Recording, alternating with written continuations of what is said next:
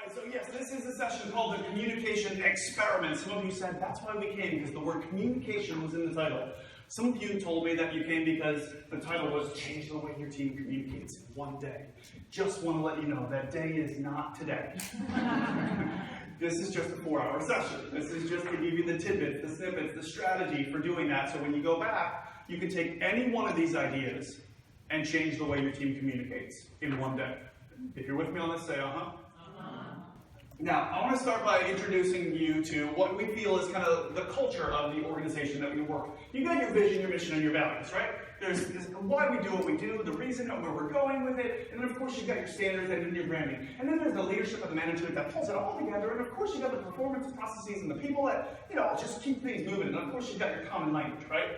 And outside of your common language, you've got your everyday goals and the strategy to move things forward. Are you with me so far? Is this a lot to take in? It is, because guess what? That is only the internal culture.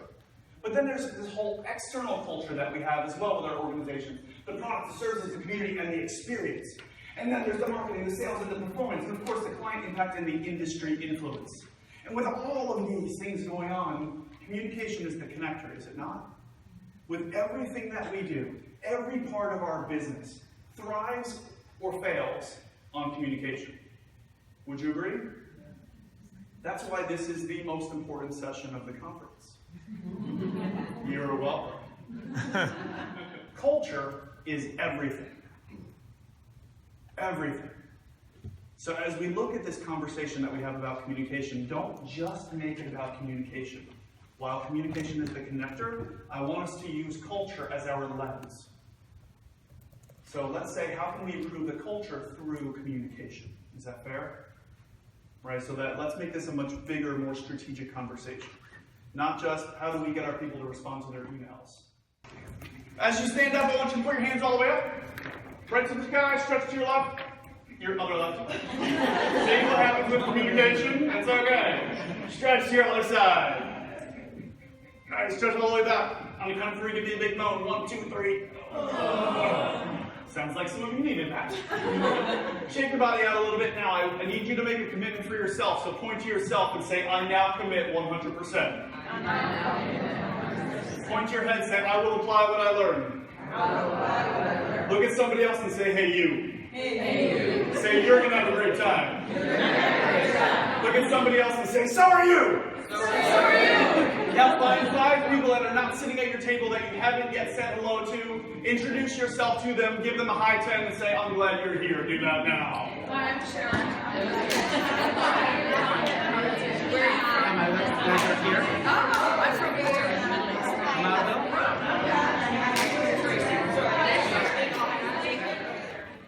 So I want to ask this question. Why are you here? Why are you really here? Now that we've kind of introduced it, talked a little bit about it, turn to the people at your table, because they're going to be the ones you're working with all day, and ask them, why are you here? What are you specifically here for? Do that now.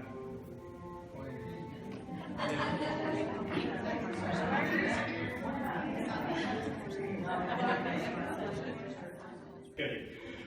So I want you to focus on this. I'm not going to ask, but I want you to focus on this. What is the deeper purpose? Yes, you came to a communication session. I suggest that the deeper purpose is about culture, right? I think it's so much more than just communication. But I want you to continually think about and focus on the deeper purpose of why you're actually in this session. What is better communication going to do for you? These are the 4 sections that I just said we're going to kind of cover. The first is communication, and all communication is one-to-one. All communication is what? All right, it worked that time. Good. And even though there's 30, 40 people in the room here, it's all one-to-one because let me go back here. What's your name again? Tanya. If the entire session, all 4 hours, I didn't connect with you, I didn't look at you, I didn't ask your name, every time you raised your hand, I just glazed over, how would you feel? Left out. That is why communication is one-to-one, even in a large group. Because you can still have one person left out, and you know what you're going to do during any break or time? You're going to say, how come this guy's not calling on me? And now it's going to spread in like a little virus, and this energy is going to happen in your organization, if we can use this space as the metaphor, right? All communication is one-to-one. Cooperation is you do your part, I do my part, right? Which is the same reason why you can cooperate with the police and still be a bad guy. right? You do your part, I do my part, I'll do my part of the project, I give it to you. And we never actually work together. But that's what collaboration is. We do all of our parts together, in sync. To ultimately create what I like to call synergy, which is an explosion of magic.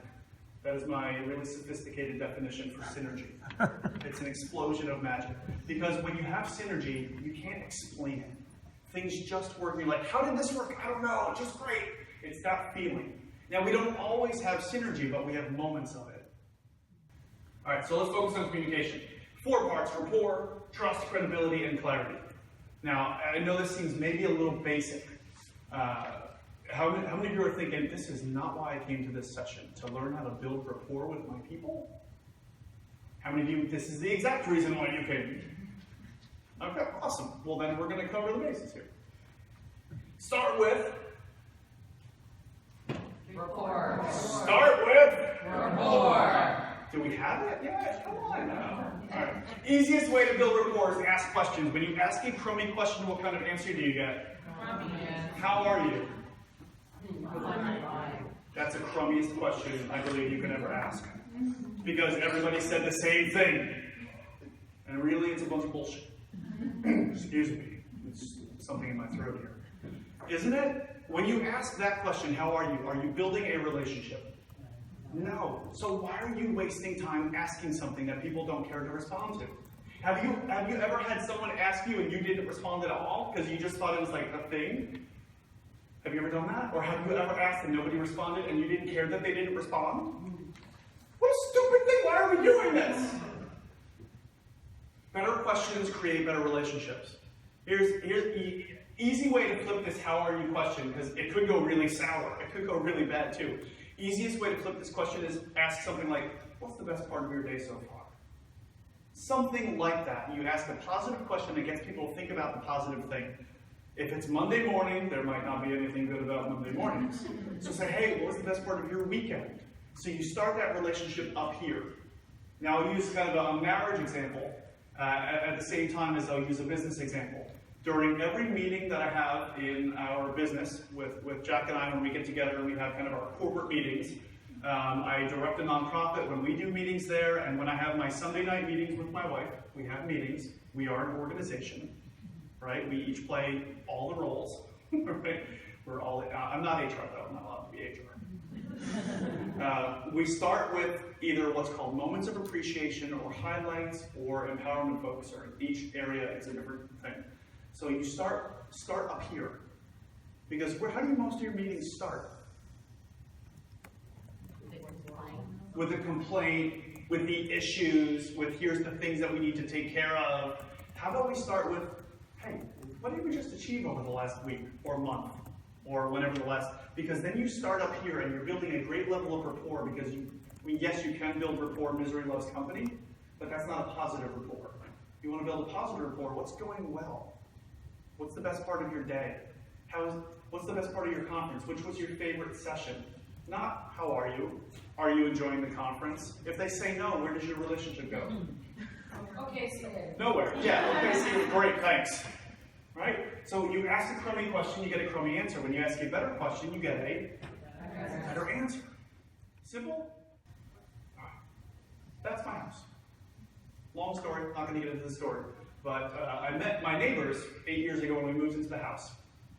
And our neighbors, they invited us over for dinner. They had a 1-year-old son. We didn't have any kids. We were planning on having kids, but they invited us over for dinner. Now, imagine how awkward it could be when they don't know our allergies. They don't know what we like, right? They have a kid. We didn't. Could be awkward. Our first meeting ever. Can you imagine the awkwardness? Okay? So they live 3 houses down this way. So my wife and I were walking over to their house, and Emma said, oh, I don't know if this is going to be good. This might be difficult. It could be a little awkward for all the reasons. And I said, don't worry. I have a plan. I'm going to teach you that plan right now. But I promise you, here's what happened at the end of the conversation. My wife and I walked back, and she said, wow, I really like these people. We have so much in common. And all I said was, I know. I'm going to teach you that process now. Are you ready for it? Okay? Imagine the first thing you see is a home. The first thing you see is a home. What is the first thing you see? A A home, good, we got that. Then the front door opens and a whole bunch of people come out. Kids come over here and they play and entertain themselves. The adults come over here and they talk about all the things that adults typically talk about. Work and chores and work and pets and work and bills and well, we talk a lot about work, don't we? Because we're at work a lot. And then the clouds blow out of the way and you see the word vision written clearly across the sky. The first thing you see is a house, home. And then the door opens and people come out. And then the kids come over here and do what? Play, entertain themselves, have fun. The adults come over here and talk about. And then you see the word vision. If you can remember those 5 things, you can build rapport with anyone in 5 minutes or less. These are magical phrases because these are things that are important to you. These are what we call your values. Is your home, your house, or where you're from important to you? Right? How about your family and friends? How about your hobbies, what you like to do for fun? How about work? That was a little quieter. Now, most people start the conversation at work. They say, hi, my name is, what do you do? Now, if the person doesn't like their job, where does the relationship go? Immediately. Right? Into negative territory. So instead, start with home. Home is where the what is? Actually, that's not true. The word is hearth. But we've been taught to say heart, so let's go with it. Home is where the heart is. You either like your home or where you're from or who you live with. If you don't like something, you like something about it if you don't like everything. Right? So start in a positive place. I don't mean, hey, what's your address? I mean, where are you from, right? If you don't know the people at work, of course do that. If you do know them already, then you get to the bigger question. We'll get to vision. My wife and I do this on a regular basis. We talk about our home, we talk about family and friends, entertainment, work, but because we know each other and we've been doing it for so long, we talk about the vision of those 4. Where are we going to live in the future? Right? What kind of house do we want?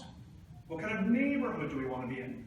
What kind of things do we want to be doing? Are we going to move away from our family? Like, you can do this. So this is what we did with Tim and Jen, who, as we walked back from their house, my wife said, wow, these are really good people. I played basketball with Tim for the next 1.5 years every Sunday morning until I had kids. Then I didn't have a life anymore. I had kids. If you have kids, you understand how that works. They become your priority unless you're a terrible parent and you just ignore them. But none of those people are here today. But the point was, we built such a great relationship because I started here. I said, tell me, when did you move into the house? Simple question, not creepy, right? What attracted you to the neighborhood? You know, what do you love most about it here? Do you have family and friends in the area? Notice how I just shifted, but still kept it in a good flow, right? What do you like to do for fun? You know, do they get together? Do they do block parties? Like, these are the literal conversations, and there's a process, as we're talking about. I took them through this process. They had no idea. Last summer, they were over our house for one of our kids' parties, and I told them that I took them through this process. They were like, what? You use us as examples in your workshops? I said, yes, and I use your names too. But I don't know who you are. We did the whole thing, and then when we got to work, I kid you not, they both hated their job. They both are still in the job that they don't like. But it's lucrative. That's what they told me. I was like, so you don't like it? They're like, no, but it's lucrative. I'm like, all right. So I realized in that moment, don't keep talking about work.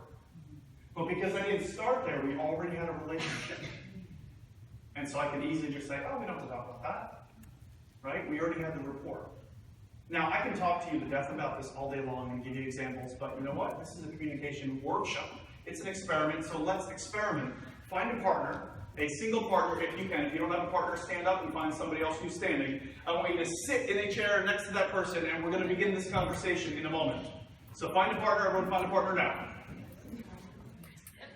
Alright, so here's what I'm going to suggest that we do. I want you to start in a non-awkward way. Tell me where you're from. Not asking for their address or what does your inside of your house look like. Just start the conversation there and then let it flow. I'll give you about 3.5 to 4 minutes, and I want to see where the conversation goes. Are you ready? So when you're already in that flow, can you skip and probably start? Yeah, let it flow naturally. Ready? And then the 3.5 minutes to which is okay. Just have a conversation. Don't be relaxed. Have a conversation. Ready? Set. Go.